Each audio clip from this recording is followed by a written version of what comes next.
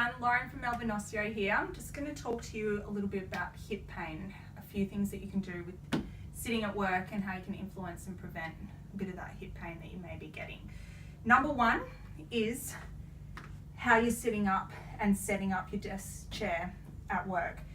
Rule of thumb is you're wanting your knees to sit below your hip.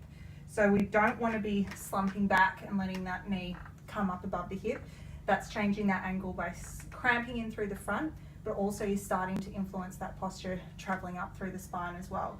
So by bringing the knees down below the hip means that we're propping up onto those sitting bones, sitting up a little bit taller, but also preventing that cramping in through the front of the hip.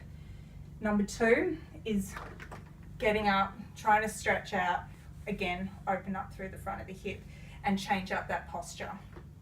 Two stretches that I also want to get you doing at work is number one is stretching out through those glutes. Easy, bringing that ankle onto your knee.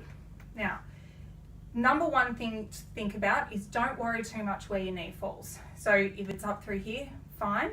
If it's a bit lower, that's fine as well.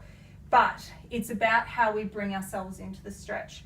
So we don't want to slump into it. Again, that's changing those angles through the hips here. We want to stay up nice and tall and bring the chest forward. And then you'll be getting that nice stretch through the glute through here. The next one is standing up again and thinking about preventing that angle in through the front of the hip. Doesn't have to be too wide, but 1 foot in front of the other. Thinking about stretching through the front of this hip, tucking the pelvis under and a little bit of pressure pushing forward.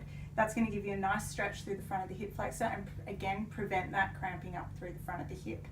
With these things, we're just trying to influence and open up generally through the front of the hip. It's also going to alleviate some of that pain that you may be getting when sitting at the desk. If there's any other areas that may be pulling through the hip, obviously we can start to look at that, but these things will hopefully help to prevent a little bit of that hip pain and keep you moving.